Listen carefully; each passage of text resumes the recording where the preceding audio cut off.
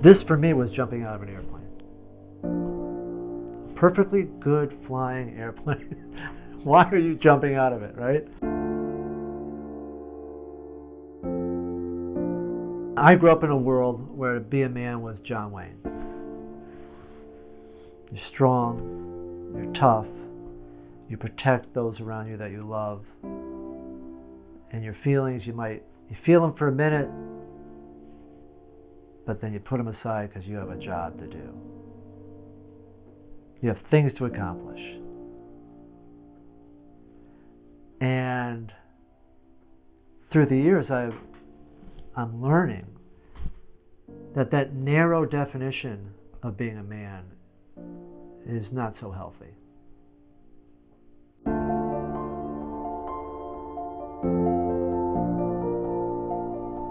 And so doing this meant there's a lot more to being a healthy male. A lot more. Things that probably in the late 20th century were considered unmanly. Being vulnerable.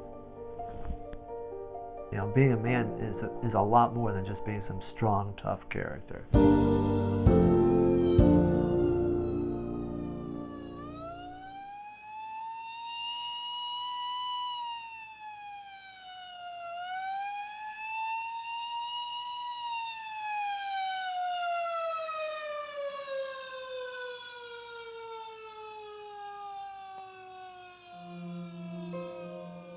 My freshman year in college, there was a fire at the school I was at, and a lot of my classmates perished in this fire.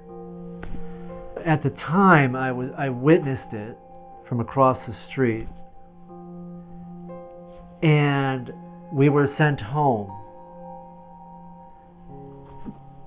and I never talked about it except to just say there was a fire and it was horrible, and I'm home. Then I started having some serious anxiety because I had internalized all this witnessing of a tragic event but didn't talk to anybody about it. So I then started realizing I felt like something was wrong with me, and I really went inside myself for several years. To the outside world, probably nobody noticed. I was working my butt off to cover it up and didn't talk about it for 10 years. And I probably didn't start sharing and dealing with it till I was like 29.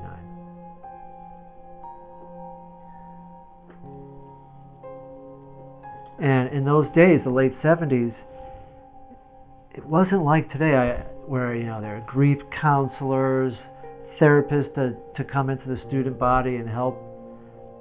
We were just sent home. That's when I started realizing that I didn't have a lot of tools to deal with anxiety or really be in touch with myself.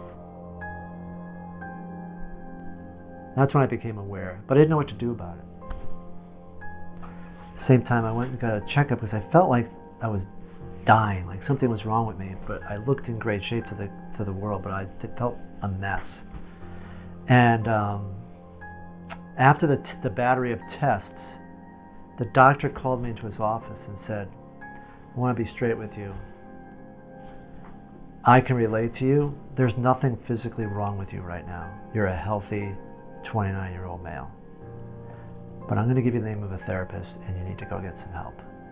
Because otherwise you will get sick as you get older. You've been through some traumatic events, you're not dealing with it, and it's eating you up inside. It was emotional work that needed to be done. And at that year, 1989, I didn't even know what that even meant.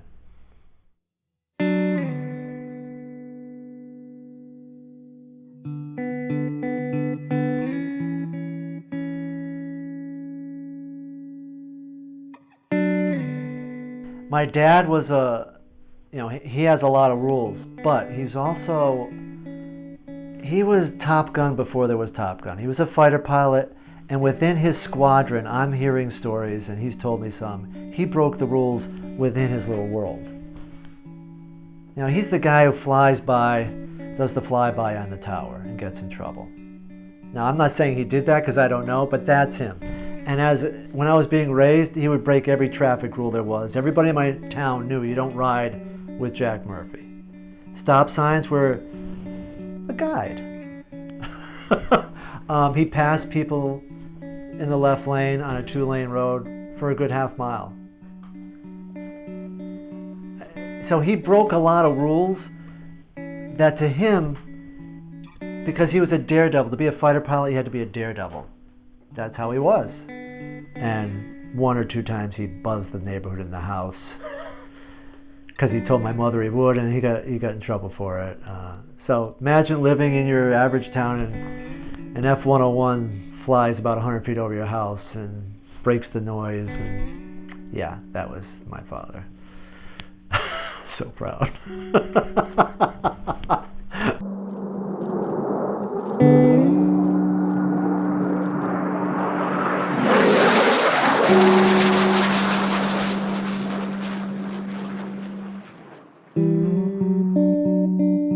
And so he broke a lot of those kind of rules, but then the rules outside of that space, you don't break those rules.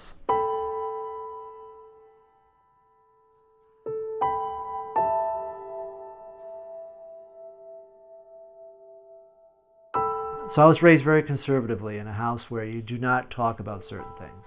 You don't talk about sex, you don't talk about money, you don't talk about your feelings.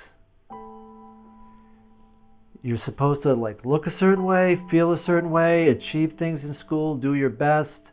Everything had to be buttoned down tight. So I would internalize it. I didn't like breaking rules. My father was a military guy. My mother was very devoutly Catholic.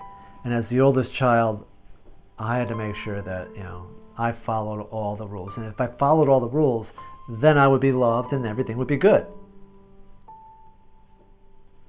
But I had some friends who might have been the youngest child or might have been rebel rousers, and I would hang out with them a little bit and I'd be like, oh, I can't do what you do. I'm so scared. And it's still part of me now. I still get a little scared. And I really admired my friends who could break rules. I felt like they were living more, they were experiencing more.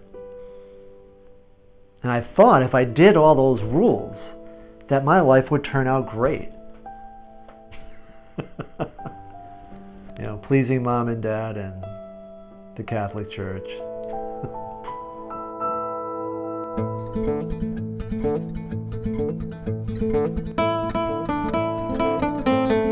I can remember feeling going to work when I first started corporate America in the 1980s, that when I put that suit on and that tie, I could feel my anxiety level going up. I could feel me getting tighter.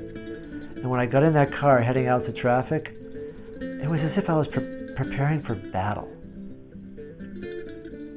And before I'm even down the end of my street, I'm already stressed. As if I had put on my armor for the day, and out I go. I was in the elevator one day with my tie a little undone, my shoes not quite polished. And I rode the elevator for 20 or so stories, got out at my floor, my office, got down at my desk, and the red light's already blinking on my phone that the partner wants to see me. So I went in to see my partner, and he lectured me on, I noticed in the elevator that your tie was not all the way to the top and your shoes were not polished. Don't let that ever happen again. We're having a lot of issues out there in this project we're working on. I think the least of them is how my tie looks today. Who decided one day that guys put a tie on? But it was literally choking off the head from the body. That's what I read. It just stuck with me. Whether it's true or not, it stuck with me yeah, because that's how I feel when I have the tie on.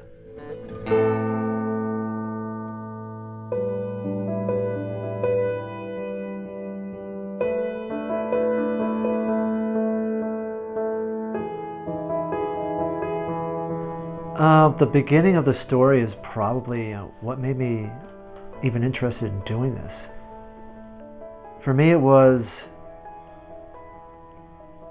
I was working on some issues around my own body and my own emotional growth. a lot of us guys struggle with, I think, a lot of issues that frankly women are better at. Just talking, sharing, and getting out there. And what it spurred in me was, to me, they've been the trailblazers and the trendsetters. I felt like, well, men, we should be taking care of our emotional and physical health just as much. So I talked to my therapist about it, got a lot of support from Ann Burr. So I'm like, yeah, I think I should do this. And I was scared.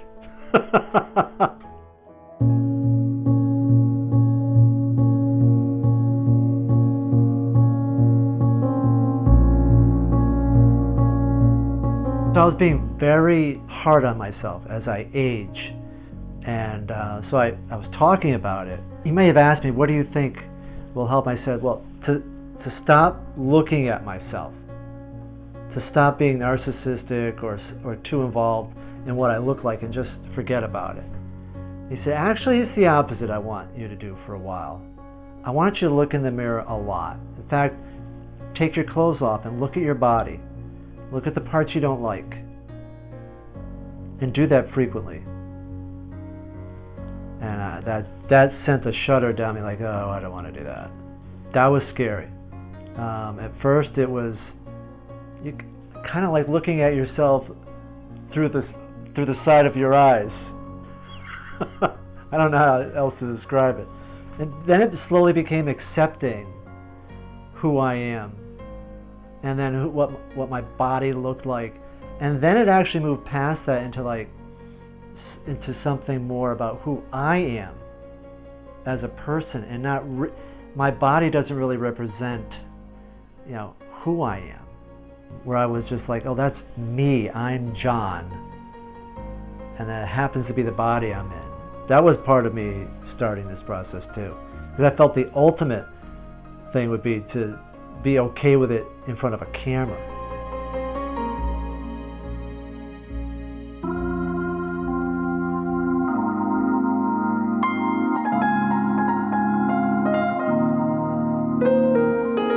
So the process that we went through, to me, was the most important, if not a huge building block of this process. So the work was done before I even showed up for the photo shoot. Literally having to share my feelings, thoughts, fears, tell my story to you over a period of a month or two, that was the work. And to be able to trust you to tell my story, and then also for me to verbalize it outside of my inner circle, was a big deal. I felt comfortable sharing, and I trusted you. So by the time we got to New York for the shoot, all that was really left was feeling what it would be like to do the photo shoot. But the work was done ahead of time.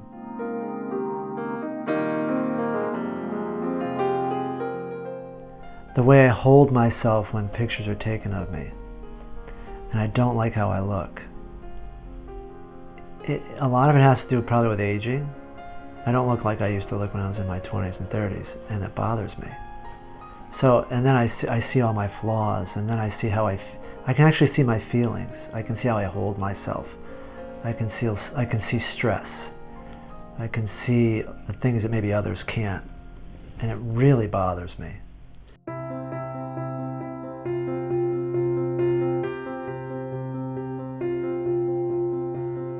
So when I got to New York and I put the suit on, I immediately felt uptight. And at the same time a little comfortable, because it was a little bit of armor. And I'm like, if I put this armor back on, I'm not going to be able to take it off. I didn't want to put it on, because I felt like to do this shoot I had to show up very open and trusting. So there was almost like a moment, it's like, I think I can just leave now. We've taken a couple good headshots and we're good. I don't have to feel a thing, we're good.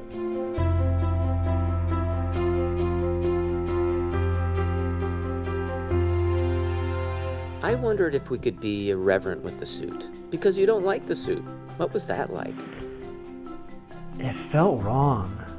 It felt like that's not how you treat a suit. It's like the suits are like, they're expensive and they serve a purpose, and you don't treat that with irreverence. So to like fold it up and mangle it and toss it, wow. We threw it a few times, but the first time was more like a tepid toss. And I was getting the hang of it after a while, where it felt free.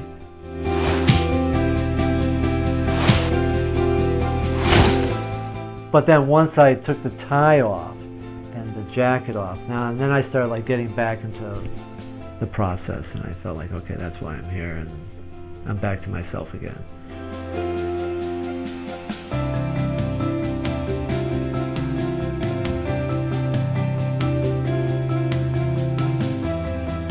And I think we talked about, it's all part of the process leading up to it, the work we did beforehand, was I would get to a place during the photo shoot where the camera and you are not there. And that's when I feel more like myself, and those are the best pictures. And I was here to do this shoot, to feel something, and I wanted to feel it. So that's when I got more comfortable and more trusting of myself. And I could feel it at the time that it was going to be okay. I trusted myself. And all of a sudden it felt great. It felt like, wow, I could actually feel my feelings in front of others.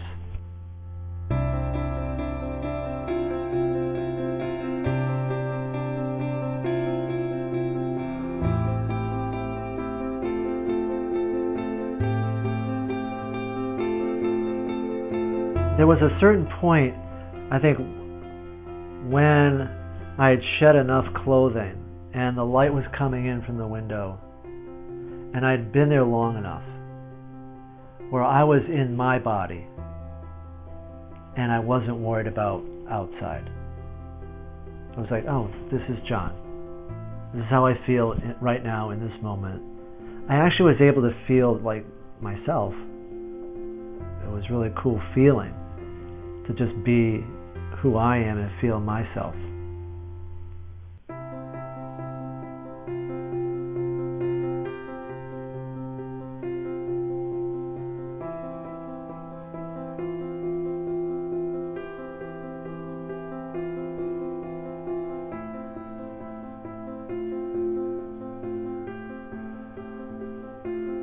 So I could really feel how I feel different with my armor on and my armor off.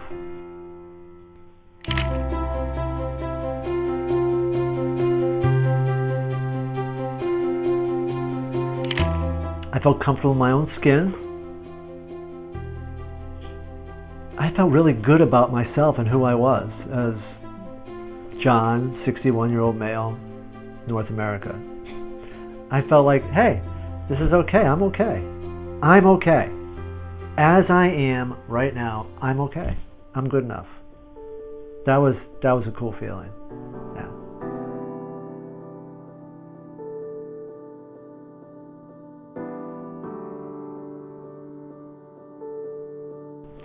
The more vulnerable I allow myself to feel, and then allow myself to heal and deal with that vulnerability,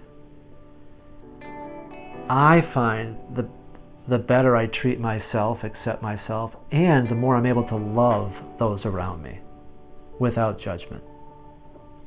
For me, I grew up with a set of rules that are probably still inside me. The more I can feel vulnerable and then trust myself and my own healing, the less judgmental I am of others, the more compassionate I can be, the better I'm able to be a loving partner. I didn't know what was going to happen. I just knew I was scared, but that there was something I needed to feel and experience that would help my process, my journey, my healing. I didn't know what the outcome was going to be. But it's changed my life since. I am not as self-judgmental. I'm freer with my body. I don't feel like it's all about how much I accomplished today, or having to look perfect every day, or have the house be perfect every day. My fiance, she can go about her day. Her day is separate from my day in a sense. It's like she's having her life. My only job is to love her. That's huge for me.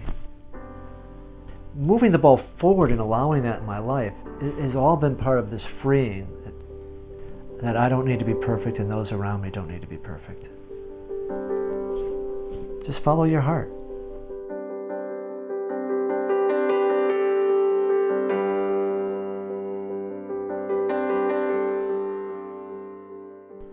I want to get to a place where I experience what it's like to be an older, healthy male, emotionally healthy.